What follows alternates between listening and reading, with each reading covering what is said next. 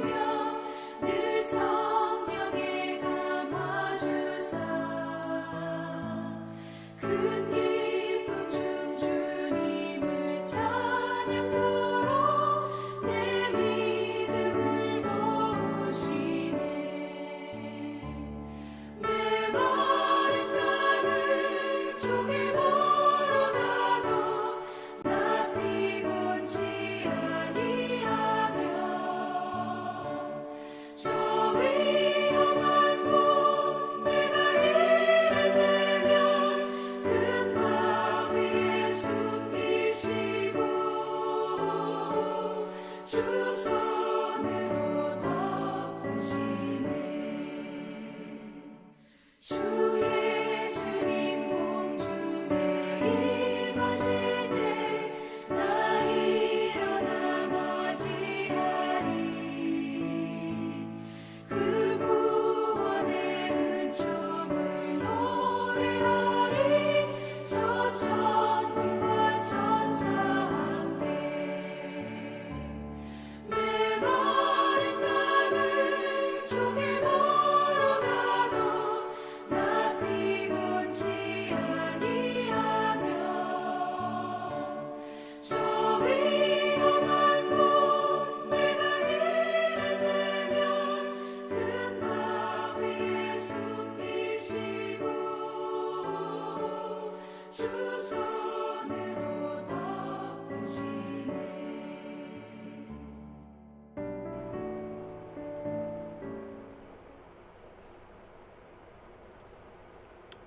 오늘 우리가 볼 하나님 말씀은 시편 127편 1절에서 5절.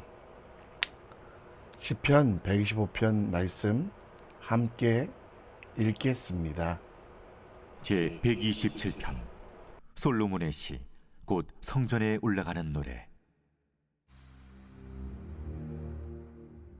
여호와께서 집을 세우지 아니하시면 세우는 자의 수고가 헛되며 여호와께서 성을 지키지 아니하시면 파수꾼의 깨어있음이 헛되도다.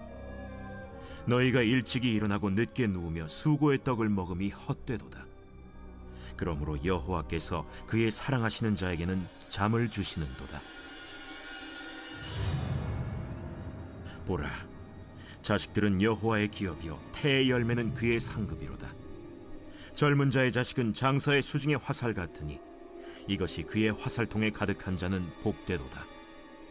그들이 성문에서 그들의 원수와 담판할 때에 수치를 당하지 아니하리로다.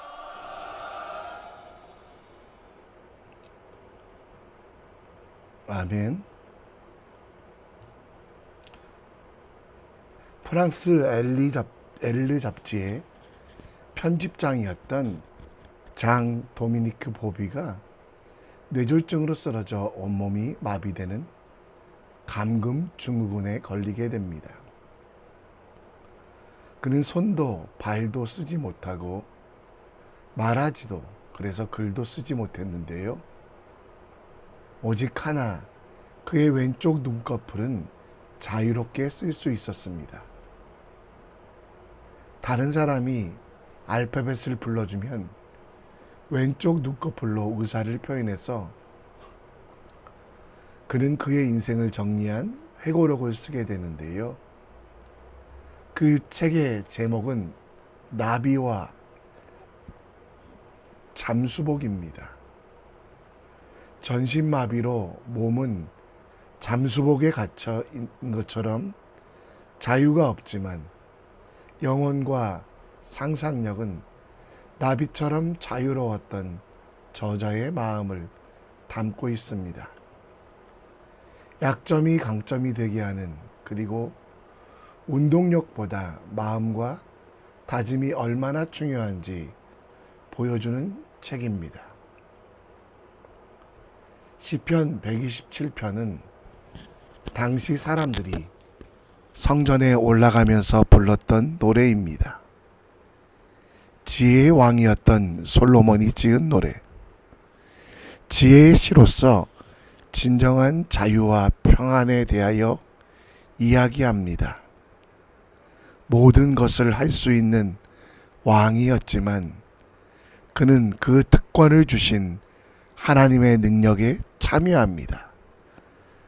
그래서 사람이 모든 것을 할 수 있는 것이 아니라 하나님께서 지혜 주시고 은혜 주시고 능력 주시어 이 모든 기적들이 일어남을 선포하며 하나님께서 제공해 주시는 피난처, 보호, 음식과 잠, 사람 등 이 모든 것들이 하나님이 주시기에 하나님께 가까이 나아가는 것이 성공하는 삶이라고 이야기하고 있습니다.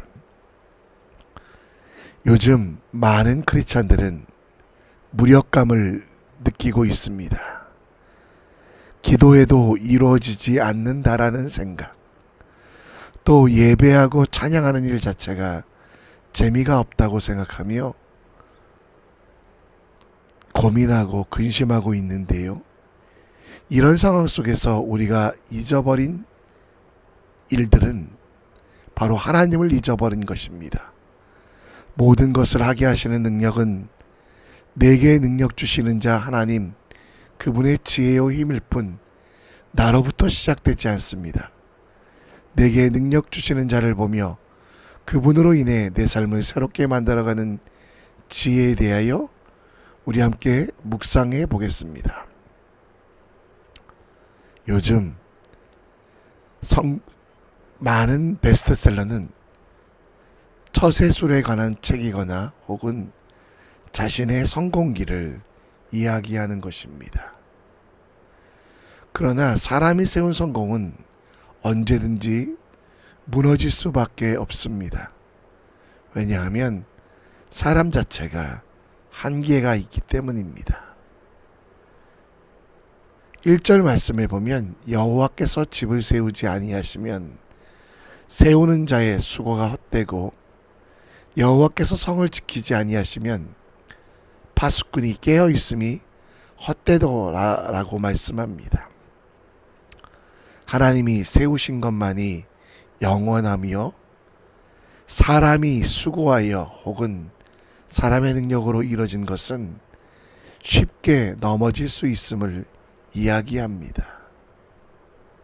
수많은 군사들이 성을 지킨다고 해도 빈틈이 발생하고 그 빈틈을 공격하는 이들이 반드시 있기에 완전하고 전지전능한 하나님께 맡겨드려야 된다는 것이 1절 내용입니다. 2절에 보면 사람의 수고의 정도가 나옵니다. 일찍 일어나 늦게 누우며 많은 시간 투자하여 노력하고 수고함에도 불구하고 이 모든 것들이 헛될 수 있다라는 것. 사람의 계획에는 계속 일하고 계속 노력해야 된다라고 생각하지만 하나님의 계획은 이들에게 필요한 것이 잠을 주시는 것. 떡보다 더 소중한 잠. 자기에게 갇혀있는 사람의 노력은 사라질 수밖에 없기에 하나님께서는 그를 잠시 쉬게 하시며 섭리하시고 함께 하심이 얼마나 중요한지를 보여주는 잠을 주시겠다라고 말씀합니다. 잠은 의식 없이 심신이 휴식을 취하는 상태로 하나님께서 그 사랑하는 자들의 근심과 걱정으로 잠 못 드는 불면의 상황 속에서 평안과 온전함을 주시겠다는 약속입니다. 그리고 잠은 죽음과 다르게 다시 일어나서 그 맡겨진 일들을 해야 하는 것을 상징합니다. 깰 때 해야 하는 일들을 준비하는 기간, 다시 일어나 아침부터 시작하여 휴식을 주신 하나님을 찬양하며 자기 인생이 아니라 하나님의 인생을 살기 위한 휴식 혹은 변화의 시간이 잠인 것입니다. 이 잠을 주신 분은 누굽니까? 하나님입니다. 잠을 자기 위하여 평안이 필요한데 그 평안엔 물질이 많고 적음이 아니라 하나님께서 주신다라는 겁니다. 게으르지 않고 다시 일어나 일하게 하시는 분이 하나님. 따라서 사람의 계획과 사람의 시간이 아니라 하나님의 시간에 동참하여 잠을 통하여 하나님을 위한 하나님의 뜻을 이루기 위한 준비의 시간을 가지라는 내용입니다. 하나님의 제공을 기다리라는 뜻보다 하나님께서 세우신 집, 곧 성전으로서 온전히 살아가는 삶에 대한 비유입니다. 오늘 우리는 우리의 수고를 기초 삼고 노력을 기둥 삼아 우리의 인생이 이루어진다고 분주하고 아둥바둥하게 바쁘게 살아갑니다. 하지만 우리 속담에서도 말하는 것처럼 사람의 공든 탑은 무너질 수밖에 없습니다. 유한한 존재, 어리석은 사람의 노력은 결국 사라집니다. 우리는 여호와께서 우리 인생을 세워가시도록 먼저 기도하고 하나님의 말씀 곧 성경 위에 우리 자신을 세워가도록 해야만 합니다. 바울은 디모데에게 주의 은혜가 그리스도 예수 안에 있는 믿음과 사랑과 함께 넘치도록 풍성하게 하라고 말씀하고 있습니다. 잠을 주시는 이유는 편안함과 안식을 주시는 것도 있지만 준비의 의미가 있다라는 것. 우리 인생을 나의 능력에 뿌리내리지 아니하고 구주 되시는 예수 그리스도께 뿌리내리고 우리 삶의 전부가 말씀의 기초 위에 세워지도록 믿음과 사랑을 충분히 느낄 수 있는 휴식의 시간을 가지라고 하며 이 잠을 하나님께서 주시겠다라고 약속하십니다. 부지런함도 헌신도 노력도 필요합니다. 그러나 가장 먼저 해야 할 일은 하나님의 은혜를 알고 체험해야만 합니다. 하나님의 은혜로 된 우리들, 내게 주신 그 은혜가 헛되지 아니하도록 나의 노력보다 하나님의 은혜를 먼저 기억해야만 합니다. 하나님의 은혜로 살아감을 감사하며 하나님께서 함께 하심이 내게 능력이 됨을 기억하며 말씀의 기초 위에, 기도의 반석 위에 우리 자신을 먼저 세웁시다. 내가 세운 집은 무너집니다. 그러나 기도하며 하나님의 은혜의 반석 위에 세운 집은 결코 넘어지지 않음을 기억하며 준비의 기회, 잠을 주실 때 놓치지 맙시다. 오직 주의 은혜로 살아가고 주의 은혜로 은혜를 얻는 믿음의 사람 될 수 있도록 함께 기도합시다. 성전으로 올라가는 솔로몬은 3, 4절에 자녀에 대한 이야기를 합니다. 자녀들은 여호와의 기업이요 태의 열매는 그의 상급이라고 이야기합니다. 모든 것들은 하나님으로부터 오며 하나님께서 주시는 거룩한 선물이라는 이야기입니다. 4절에 젊은 자의 자식은 장사의 수중에 화살 같으니, 화살통에 가득한 자는 복이 있다라고 말하는 것처럼 많은 자녀를 하나님께서 주실 것을 약속한다라는 내용입니다. 5절에는 그 화살통에 가득한 것이 복이 있다. 자녀가 많은 이들은 그 자녀로 말미암아 성문에서 원수와 담판할 때 수치를 당하지 아니하며 지지자들을 얻을 것을 이야기합니다. 아브라함에게 자녀를 약속하셨던 것처럼 자녀에 대한 아브라함의 하신 약속이 궁극적으로 성취되어 예수님께서 오셨던 것처럼 그 예수님으로 우리가 하나님과 연합하여 축복의 자녀가 될 수 있다라는, 결국 자녀는 하나님의 선물이며 또한 우리가 하나님의 자녀된 것 또한 하나님의 선물임을 솔로몬은 말씀하고 있다라는 겁니다. 여러분, 오늘 본문은 두 가지 의미입니다. 하나님이 자녀를 주신다라는 것, 그것이 복이라는 의미. 또 한 가지는 우리가 하나님의 자녀 되어 해야 될 일, 다음 세대를 키우고 믿지 않은 자들을 전도하여 하나님의 사람으로 만들어야 된다라고 이야기합니다. 그 일의 모든 것들이 하나님이 선물이신데요. 요한복음 1장 12절 말씀에 보면 하나님의 자녀 되는 것은 축복입니다. 영접하는 것. 따라서 여러분, 우리가 자녀가 있음을 감사함도 중요하지만 우리가 자녀됨도 감사해야만 합니다. 하나님의 사람, 자녀들을 양육하며 그들이 나의 소유가 아니라 하나님의 일들을 감당하는 일꾼됨을, 청지기로 길러냄을 우리는 기도해야만 합니다. 또한 나도 하나님의 자녀가 되었으니 잘 먹고 잘 사는 일이 끝이 아니라 하나님과 함께 살아가는 것이 영광의 삶임을 기억합시다. 자녀는 나의 소유가 아닙니다. 다음 세대 혹은 믿음의 후배들을 양육할 때 나의 가치관이 아니라 에베소서 6장 4절 말씀처럼 자녀를 노엽게 하지 말고 오직 주의 교훈과 훈계로 양육하는 믿음의 사람 되십시오.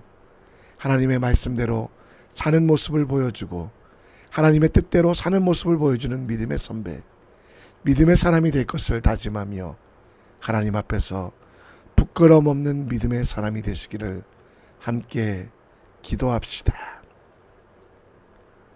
오늘 우리 함께 찬양합니다.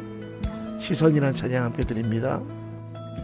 내게로부터 눈을 들어 주를 보기 시작할 때 주의 일을 보겠네. 내 작은 마음 돌이키사 하늘에 꿈꾸게 하네. 주님을 볼 때 내게로부터 눈을 들어 주를 보기 시작할 때 주의 일을 보겠네. 내 작은 마음 돌이키사 하늘에 꿈꾸게 하네. 주님을 볼 때 모든 시선을 주님께 드리고 살아계신 하나님을 느낄 때 내 삶은 주의 역사가 되고 하나님이 일하기 시작하네. 성령이 나를 변화시켜 모든 두려움 사라질 때 주의 일을 보겠네. 황폐한 땅 한가운데서 주님만을 알게 되리. 주님을 볼 때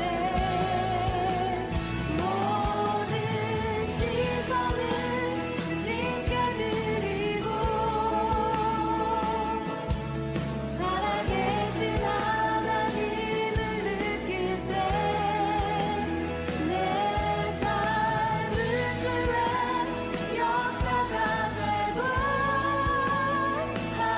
하나님이 일하기 시작하네. 모든 시선을 주님께 드리고 살아계신 하나님을 느낄 때 내 삶은 주의 역사가 되고 하나님이 일하기 시작하네.